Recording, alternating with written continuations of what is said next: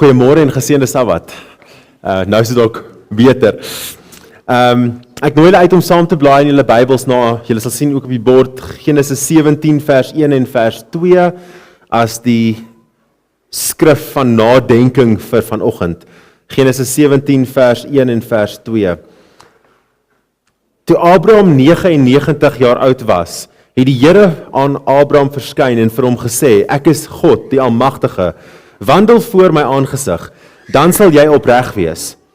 En ek wil my verbond sluit tussen my en jou buitengewoon vermeerder. Mag die Here die lees van sy woord ryklik seën.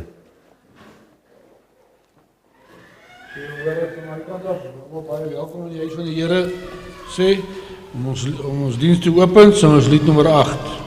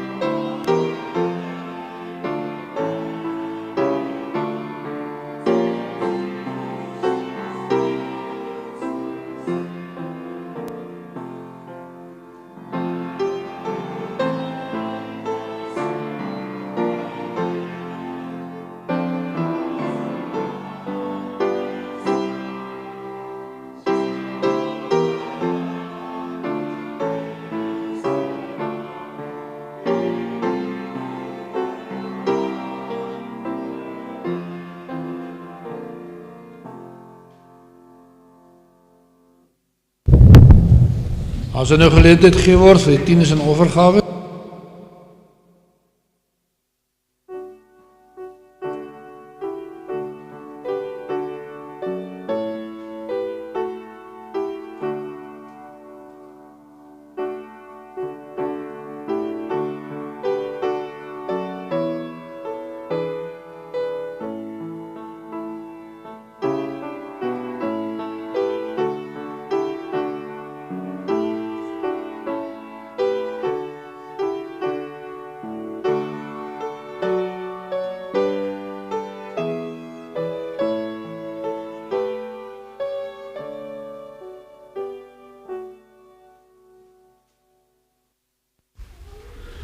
Onze liefdevolle God en Hemelse Vader, Heer, ons kom vanmôre weer in die huis by mekaar, saam met medegelowiges. Ons wil U naam kom groot maak, ons wil U loof, ons wil U prys vir die goedheid en guns, o Heer. Ons wil U baie dankie kom sê dat U met ons was hierdie week wat verby is, o Heer. Vir al die seëninge wat ons ontvang het, o Heer. Baie dankie vir die beskermende hand oor ons gehou het. En vir die milde reën wat U vir ons gestuur het, o Heer. En ons bid en vra dat U vir ons ook die laatreën sal stuur, o Heer, dat dit op ons lewens gevoeg word, dat ons kan lewe in die laaste dae, o Heer, volgens U wil. Ons bid en vra, sê vir U baie dankie, dat ons weer gedeelte kan terugbring na U huis toe. Neem dit asseblief, o Heer. Gebruik dit om U werk klaar te maak hier by aarde, laat ons kan huis toe gaan. As daar enigiets is wat skeiding maak tussen U en ons, neem dit asseblief weg, o Heer. Ons bid en vra dat U ook die heilige engele se laars sal omtrek om hierdie kerk en die bose magte sal uithou, dat ons kan hoor dat U vir ons wil sê vanmôre, o Heer, wees met leraar wat vir ons die boodskap bring, en help ons om daar vir ons te lewe. Ons vra asseblief ons sondes vir ons vergewe, ons bid dit in Jesus se naam. Amen. Om ons diens voor te sit, sing ons lied nommer 292.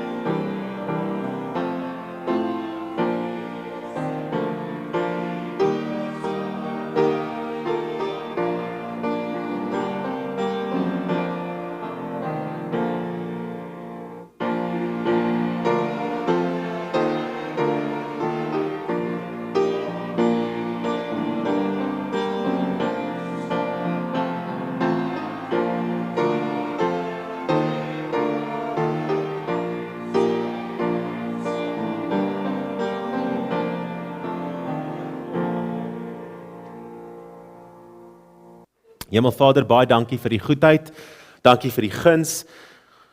Vader God, dankie dat U bereid is om alles in die vermoë te doen om in 'n verhouding van liefde en intimiteit met ons in te tree. Here, ek bid dat U ons harte sal sag maak. Ek bid dat U ons gemoedsrus sal bied. En ek bid dat U ons gewilligheid om na U toe te kom sal seën, sodat ons werklik waar net nader en nader in U getrek sal wees. Ons bid dat U asseblief my woorde en my denke sal aanraak. Mag nie ek wees wat gehoor of gesien word nie, Here, maar U deur my. En mag ons almal vandag veranderd wees deur hierdie boodskap. Ons bid dit in Jesus naam alleen. Amen. Okay, so dit is 'n rukkie terug. Ek besef ons trek al in Maart, maar wie van julle kan onthou wat 'n verbond is? Van laas jaar se besprekings af. Miskien moet ek julle geheue verfris. Verbond is basies 'n ooreenkoms, 'n wederwysige ooreenkoms, maar is belangrik want 'n verbond is nie net 'n kontrak wat geteken word waar daar nie verhouding is as die grondslag daarvan nie.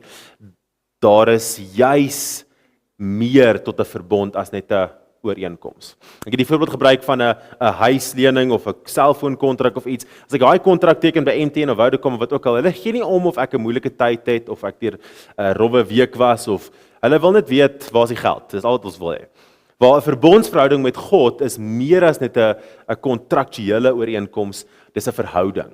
Hy stel belang in hoe dit gaan. Hy wil weet, is ons okay? Hy wil hê ons moet na hom toe kan kom deur gebed en deur moeilike tye en maklike tye en goeie tye en slegte tye.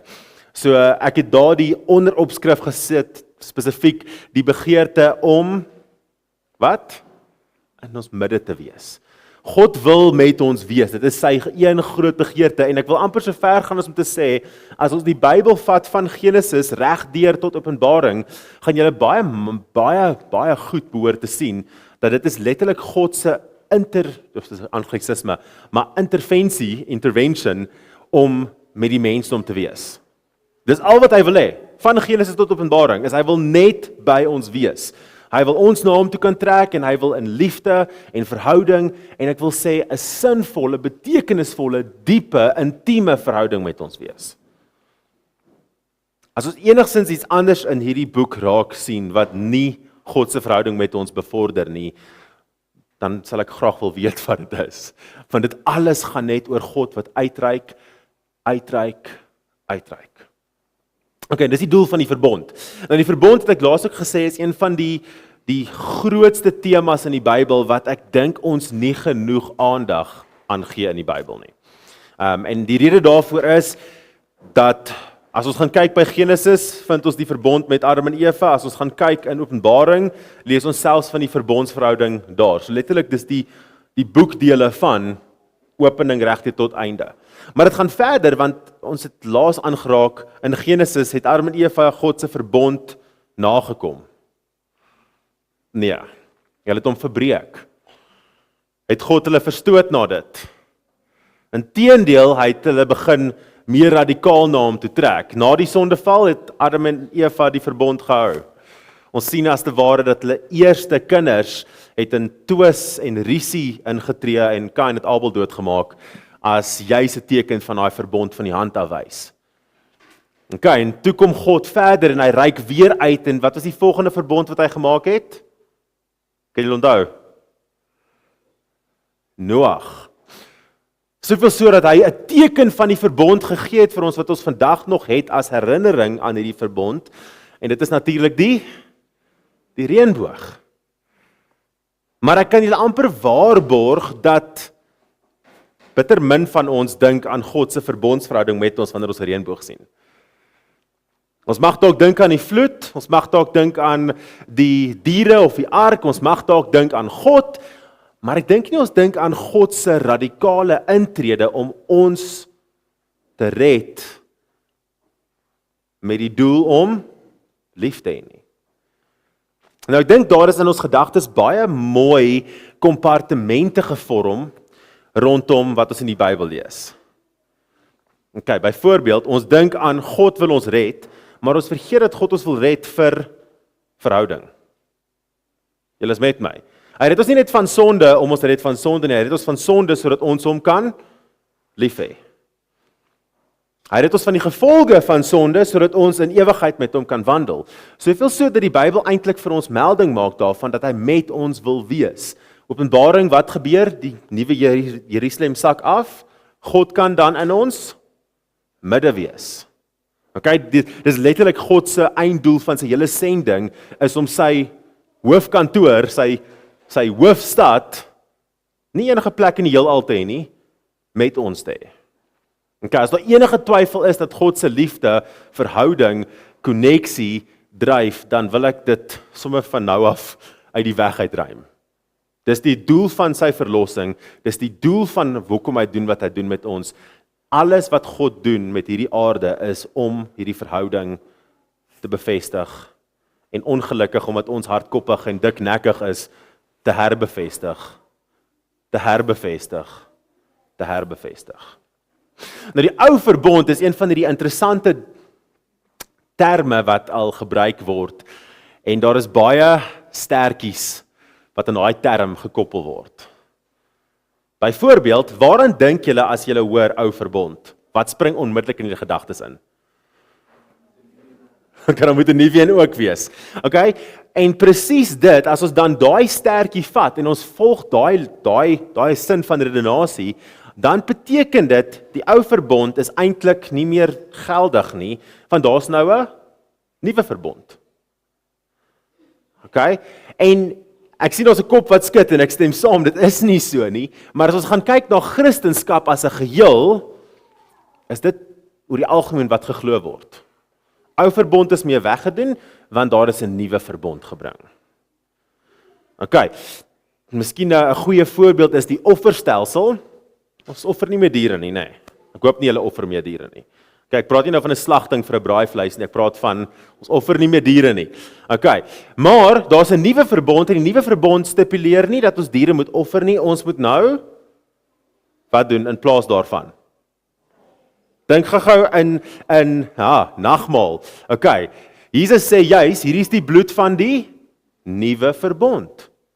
Okay, daar is 'n nuwe manier van dinge doen. Beteken dit alles in die Ou Testament is basies nou van kant af geruim? Okay, nee. En ek wil vandag daarin begin raak. Nou, dis 'n lang boodskap en ek gaan hom heel moontlik nie eers kan klaar maak nie, want ek wil hom deeglik deurtrap. So kom ons begin by 'n bietjie hersieningswerk. Ek het laas gepraat van 'n verbond bestaan uit hoofsaaklik 5 dele. Ek weet nie of julle kan onthou nie. Deel 1 verwys 'n verbond na die partye wat deel vorm van hierdie ooreenkoms. Okay, in die Bybelse beginsels is dit natuurlik altyd God en die mensdom. Okay, die tweede deel van 'n verbond is dan 'n verbond bevat altyd 'n belofte. Daar's altyd 'n belofte. As ons hierdie verbondsverhouding ooreenkom, dan is daar 'n belofte betrokke. Julle is met my. Dink aan die term van of in die konsep van 'n huwelik. As ek die ooreenkoms van my huwelik nakom, dan is daar die belofte van 'n vreedsame huis. Julle is met my. Maar dan aan die ander kant is daar ook die uitdaging wat gebeur as ek kan nie dink die voorwaardes van hierdie verbond nie mooi gestipuleer is nie. Dan is daar aannames, daar is misverstande, daar is eie idees wat begin inkom. So die voorwaardes van hierdie verbond moet goed gedeel word. En dan is daar die ongelukkige stelling wat in 'n verbondsverhouding moet inkom. Wat gebeur wanneer die verbond oortree word? Of verontagsaam word? Of nagelaat word? Okay, en dan die laaste een is die teken dat hierdie verbond aanvaar word. Okay, daai 5 konsepte is redelik belangrik en julle gaan dit sien in elke een van die verbondshernuwings, ek wil nie sê verhoudings nie, hernuwings wat gemaak word deur God. Kom hierdie 5 punte elke keer baie mooi vorendag.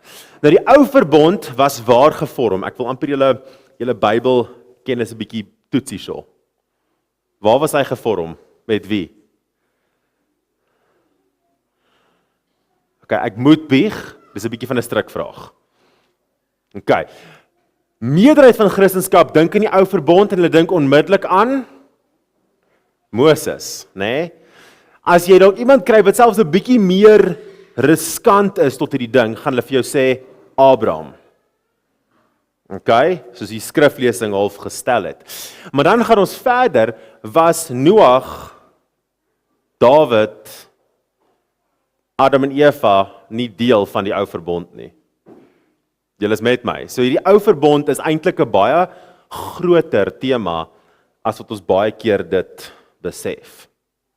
Nou, twee dinge is belangrik van die verbondsverhouding wat ek laas keer aangeraak het. Punt nommer 1, ons moet onthou, 'n verbond van God se kant af ten minste erken altyd sy heerskappy en ek dink ek moet dit gou-gou hierso neersit as julle Aha, hy werk. Okay. Sy heerskappy word altyd beklemtoon, hy is soewerein, hy is almagtig, hy is die een wat altyd die verbondsverhouding initieer.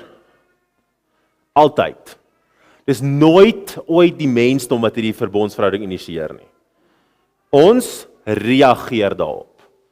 So God reik uit, gevolglik die mooi prentjie daarso, God reik uit en al wat ek moet doen, is net sê ja. Reik my hand terug uit. Dis eintlik regtig so eenvoudig soos dit. God initieer dit, hy wil net my samewerking daarmee hê. En dan gaan ons nou natuurlik verder, want die tweede deel wat natuurlik 'n gegewe is in 'n verbondsverhouding, en ek het melding gemaak daarvan, maar is gemeenskap. Dis alhoekom God hierdie verbond wil kweek. Nou ongelukkig in ons westerse kultuur, ongelukkig in ons hardkoppige geaardheid, is ons geneig om te dink dat die verbondsverhouding is eintlik 'n bietjie van 'n struik.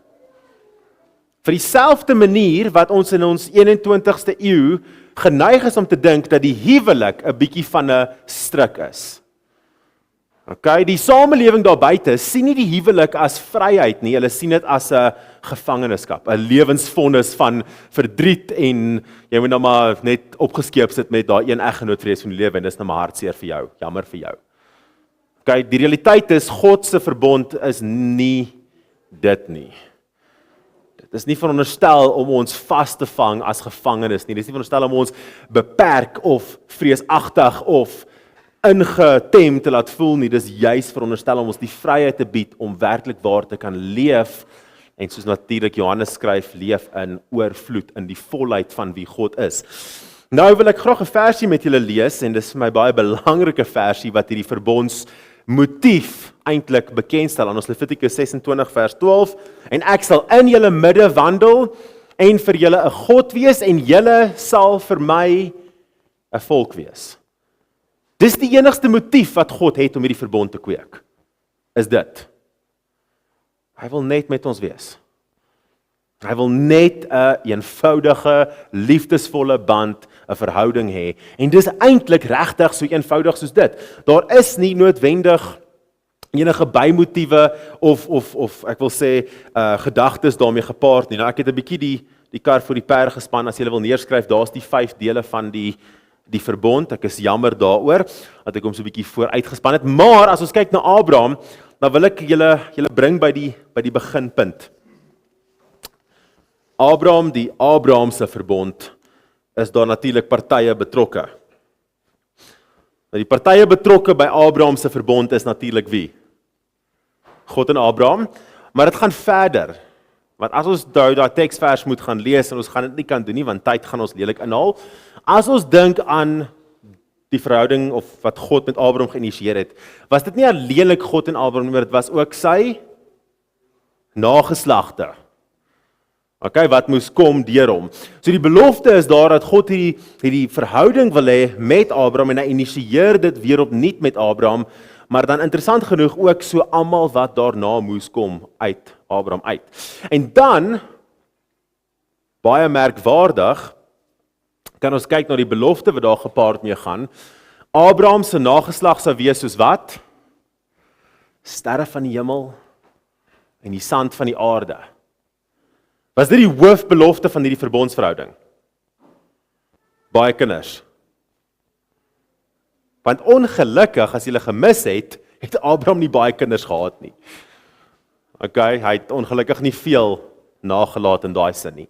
Maar die eintlike belofte was gewees, Galasiërs 3 vers 29, Abraham se nageslag verwys eintlik grootendeels na Jesus Christus.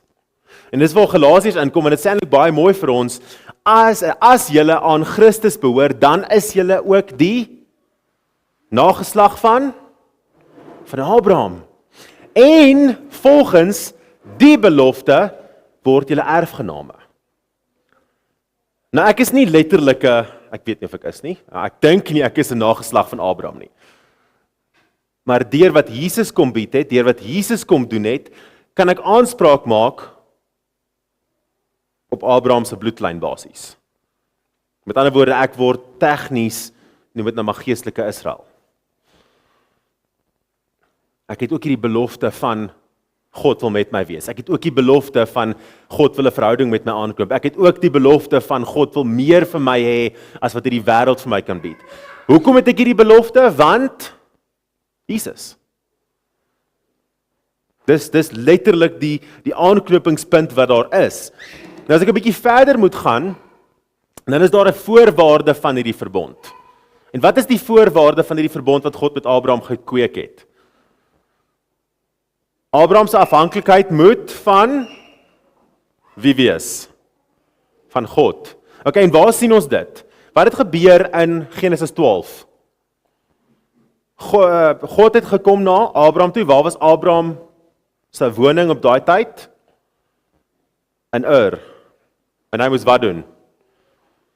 Gaan. Wees afhanklik van God. Nou, dis 'n groot stelling om te maak. Ek dink as jy moet wegtrek uit Pietersburg uit. Punt. Nie waarheen nie, nie met wat nie, nie hoe nie. Gaan. Dis 'n groot opdrag. Maar Abraham het nie geaarsel nie, hy het sy huishouding en alles gevat en hy het net gegaan.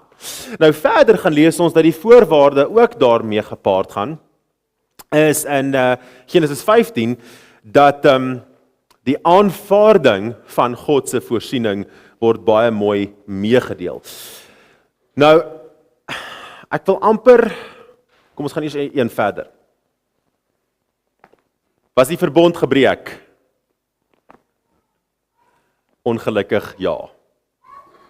Okay, in Genesis 16 sien ons die verbondsverhouding was gebreek en dit het natuurlik gelei tot 'n bietjie van 'n probleem.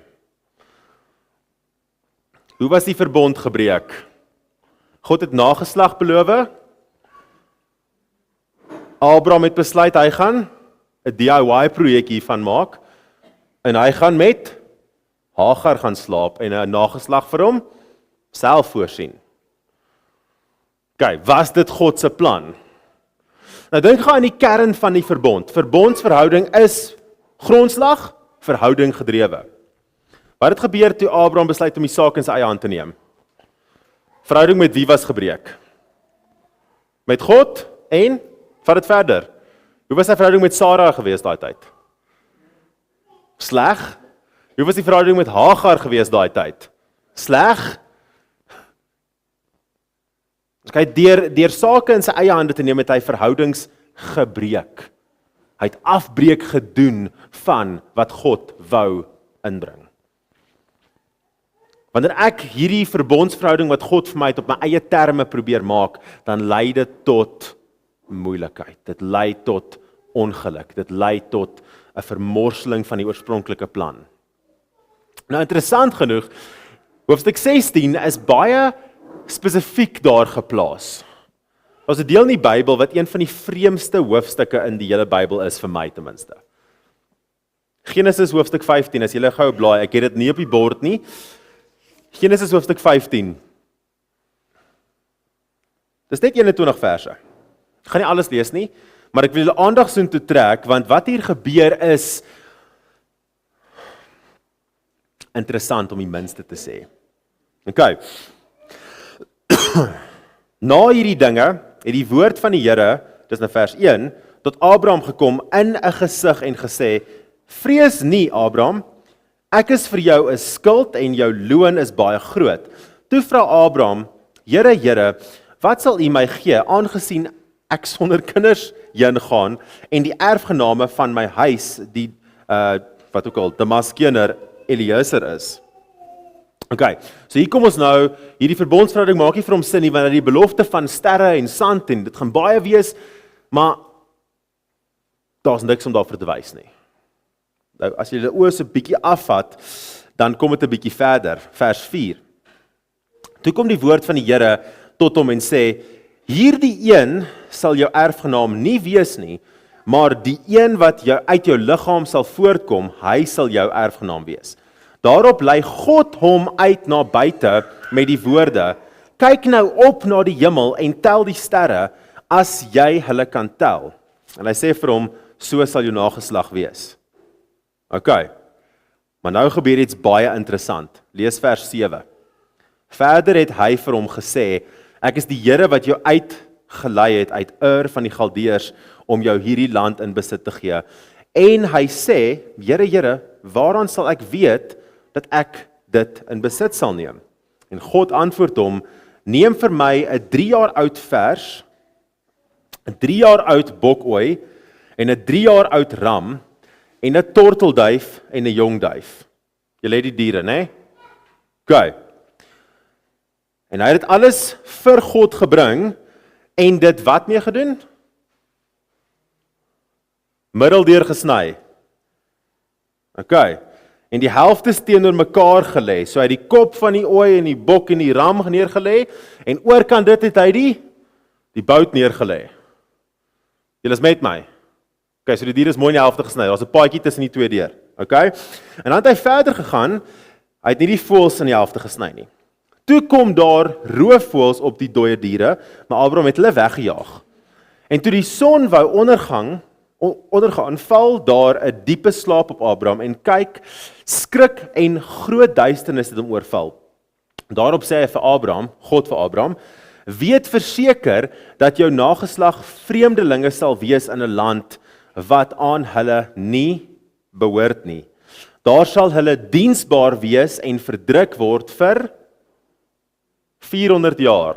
Waarna verwys dit? Hulle tydperk in Egipte, né? Wat hulle as slawe gaan optree.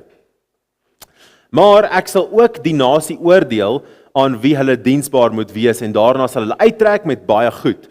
Maar jy sal jou vaders gaan in vrede. Jy sal na jou vaders gaan in vrede. Jy sal in goeie ouderdom begrawe word en die 4de geslag sal hierheen terugkom, want die ongeregtigheid van die Amorite is tot nog toe nie vol nie.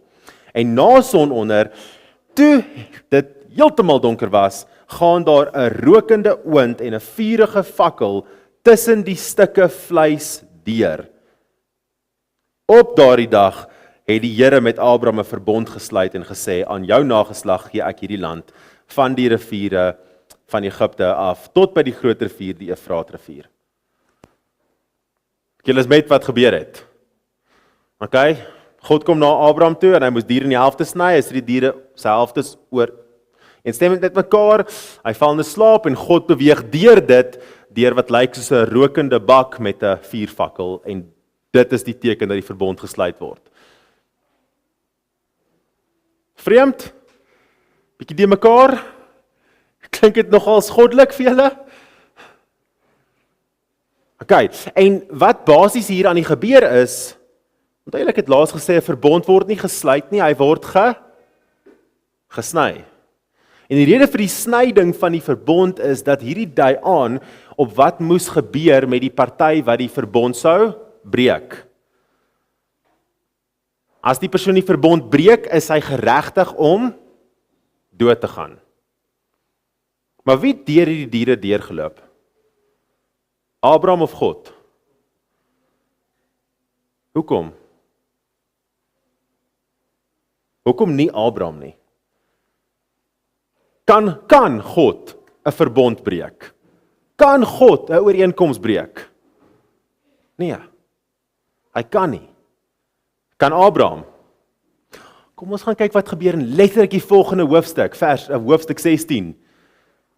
Maak hy sy kitsplan, slaap met sy diensvrou of sy vrou se diensvrou, veroorsaak moeilikheid en op dit breek hy alreeds die verbond. Die volgende ding wat hy doen is 'n verbond breek na 'n verbond gesluit was.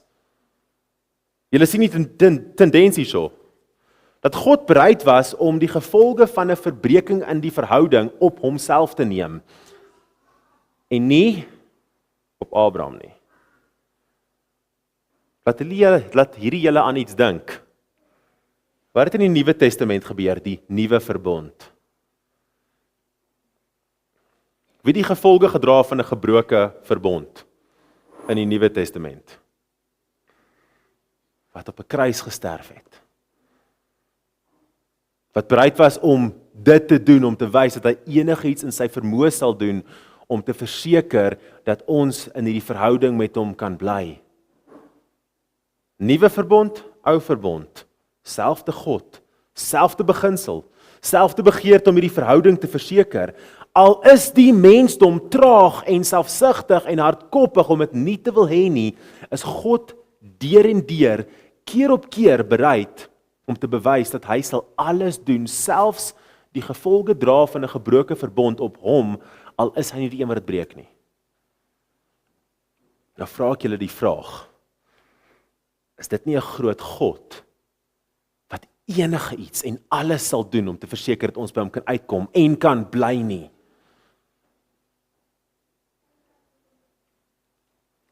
Ander teken, wat sal gebeur as die verbond gebreek word? Die uiteinde van die verontagsaamheid lei tot die bevel om die verbondsseun te offer. Nou dink gou hieraan. God sluit die verbond. Okay, met Abraham. En hy sê hy sal die las dra dat wat sal gebeur as die verbond gebreek word, sal hy op homself neem. Let gou op dat Abraham gaan en hy gaan maak 'n kitskind sodat hy hierdie proses kan verspoedig. Die een ding wat hy wou gehad het was 'n kind. Maak nie saak wat hy moes doen om dit te verkry nie. Hoofstuk 22 kom God en hy vat die een ding wat hy gedink het die teken is van die verbond. En skielik kom God en hy sê, gee dit aan my terug.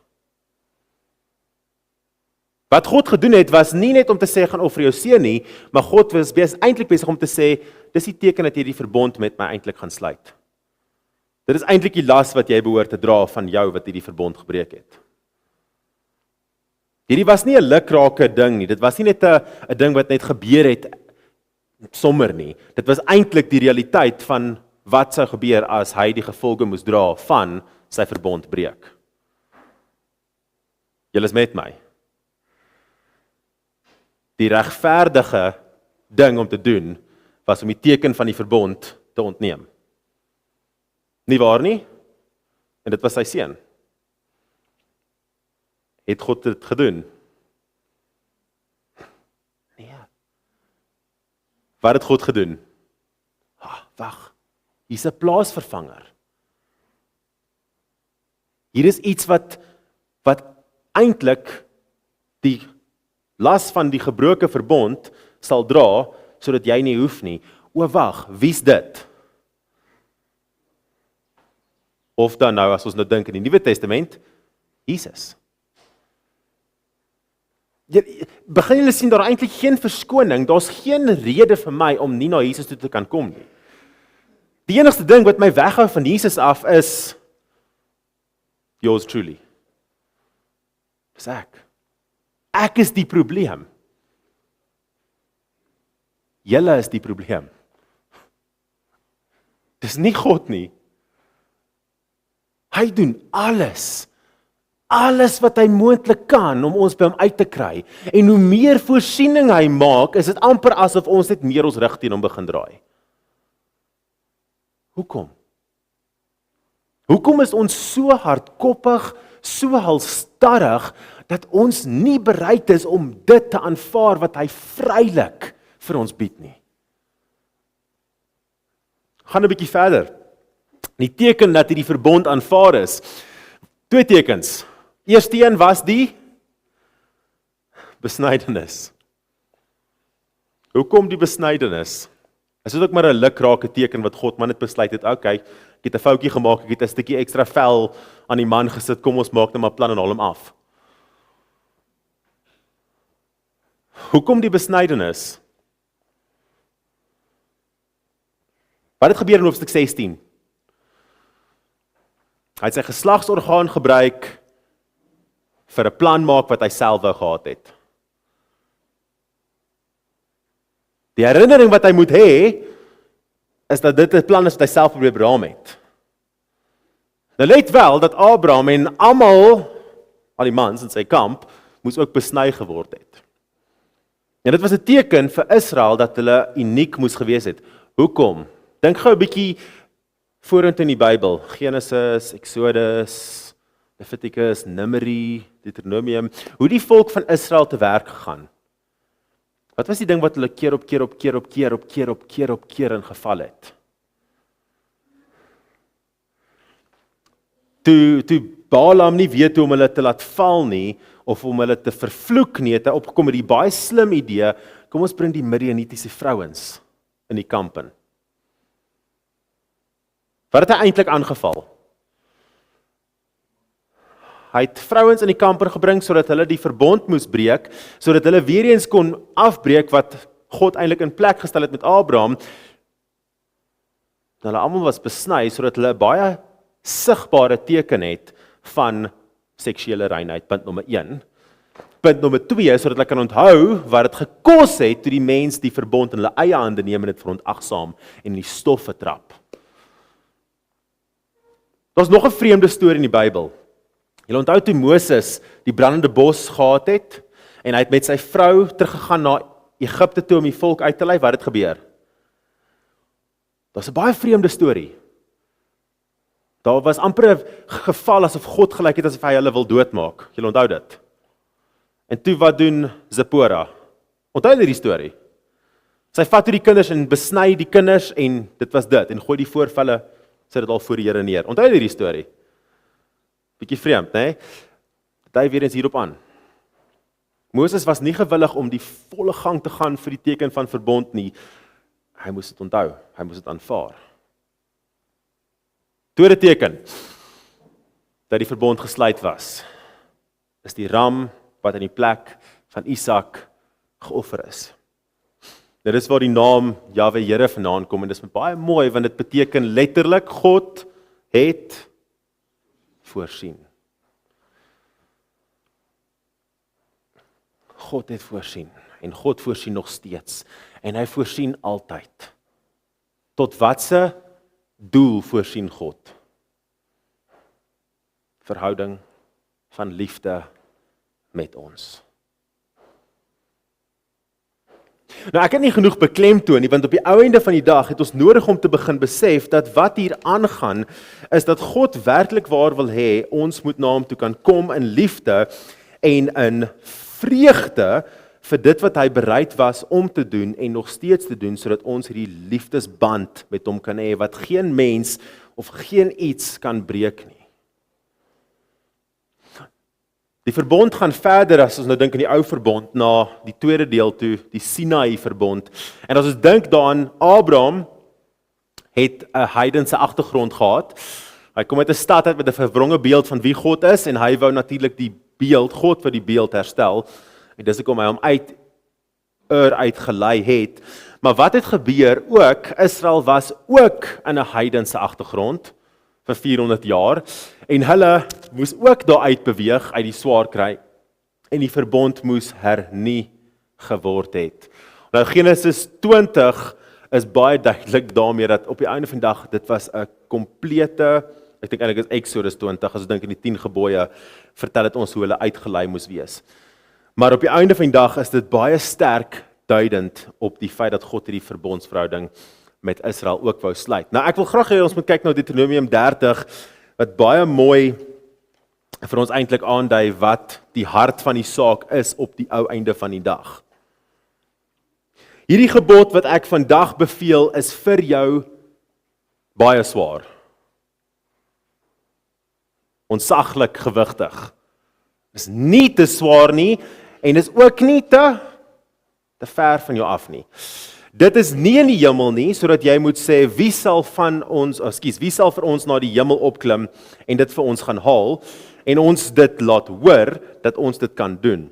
Dis ook nie oorkant die see nie, sodat jy moet sê, wie sal vir ons na die oorkant van die see oorvaar en dit vir ons gaan haal en ons dit laat hoor dat ons dit kan doen nie. Maar dit is baie naby jou.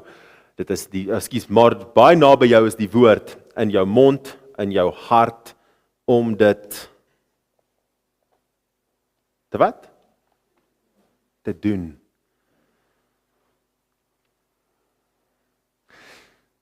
Die realiteit is dat wat God kom doen het, is nie vir ons ondoenbaar nie. Dis nie te groot vir ons nie. Dis nie onmoontlik nie. Inteendeel, God het dit so maklik en eenvoudig as moontlik gemaak vir ons om na hom toe te kan kom. Daar is eintlik geen verskoning nie. Maar dit moet in my mond, in my hart en in my dade wees.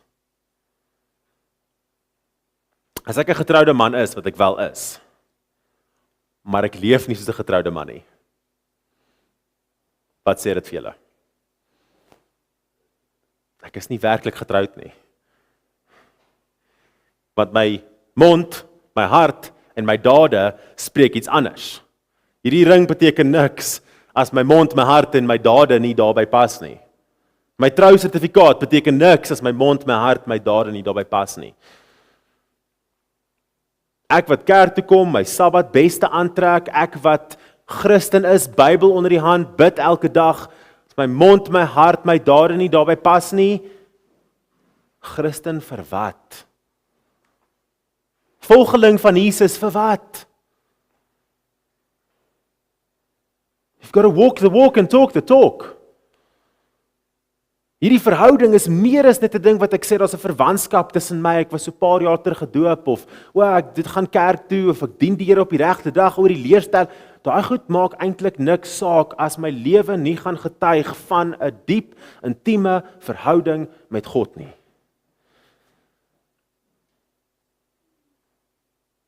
God gee nie om hoe slim, hoe mooi, hoe gereeld ek dinge doen, as dit nie gaan neerkom tot ek wat die Here dien, uitsluitlik vir liefde vir hom nie. My kennis gaan my nie in die hemel kry nie. My sabbatklere gaan my nie in die hemel kry nie. Bidure toe kom, gaan my nie in die hemel kry nie. Het ek God geken? Ek wil aangaan na 'n ander versie toe, wat ook baie kragtig is, en ek dink dit is uitsluitlik van toepassing as ons kyk na die verbondsverhouding, Hosea 11 vers 1 tot 4. Toe Israel 'n kind was, het ek hom lief gehad. Ek het hom uit Egipte, het ek my seun geroep. Hoe meer die profete hulle geroep het, des te meer het hulle van hulle af. Ekskuus, wat nou? Hoekom? Hoe harder God mense roep, hoe meer loop hulle weg. Hoekom is ons so hardkoppig? Hoekom is ons so dof? Hoekom is ons so eiewys dat ons weg van God af beweeg? Lees verder. Hulle het aan die Baals geoffer en vir die gesneede beelde rook laat opgaan. En ek self het Efraim leer loop. Hy het hulle op sy arms geneem, maar hulle het nie erken dat ek hulle genees het nie. Met mensebande, met koorde van liefde, het ek hulle getrek en ek was vir hulle soos diegene wat die juk van hulle kakebeen af oplig en ek het my na hom neergebuig. Ek het hom voedsel gegee. Wie doen die werk? Wie maak die moeite? Wie sit die energie in? God.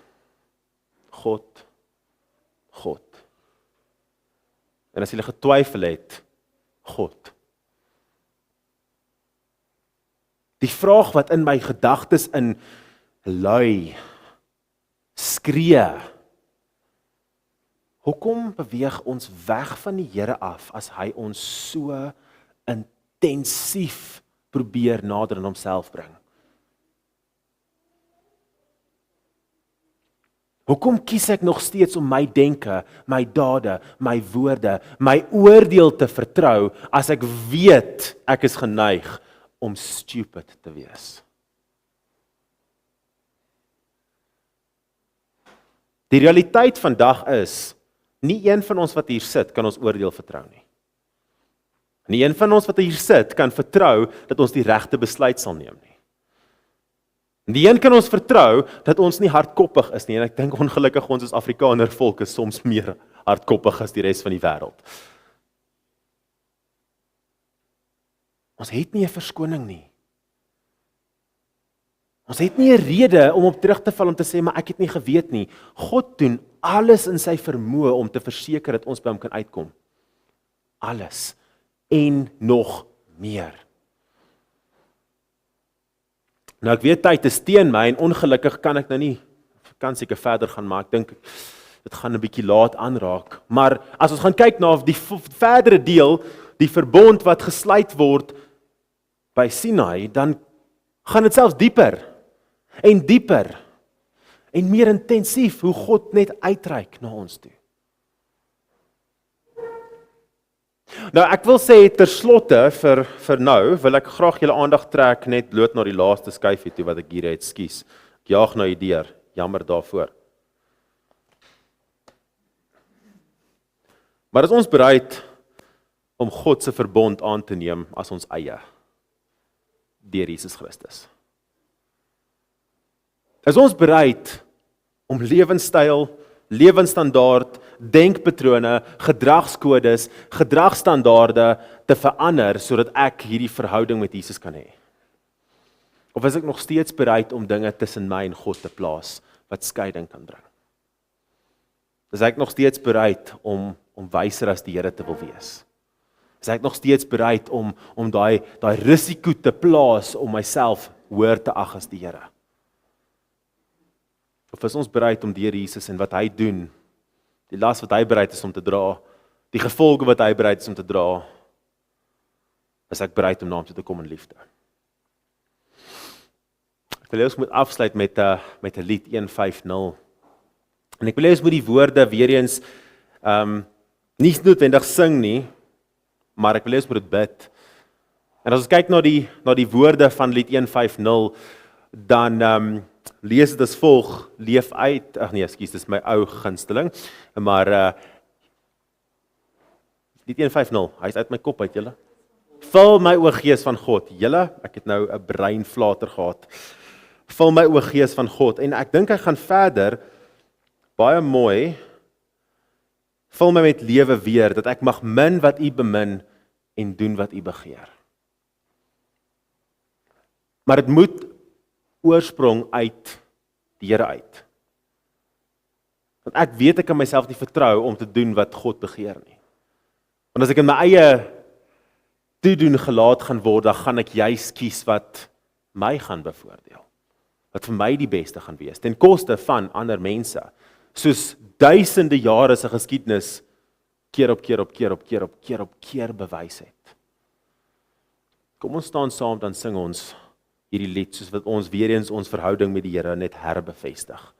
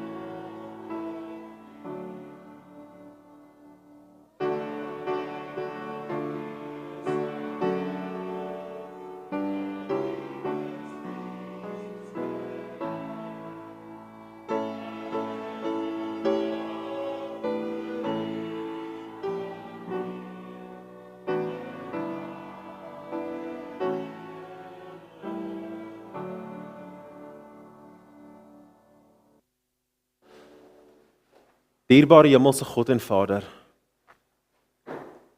ons wil nie lang gevleelde gebede afsê nie. Ons antwoord is ja. Ja vir hierdie verbondsverhouding, ja tot liefde, ja tot intimiteit met U. Vader, ons begeer dit amper meer as die lewe. Want hierdie wêreld val uit mekaar uit en niks maak meer sin nie, behalwe dat U konstant is.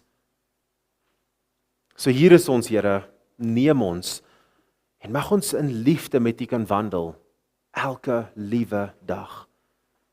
Ons bid dit in Jesus naam alleen. Amen.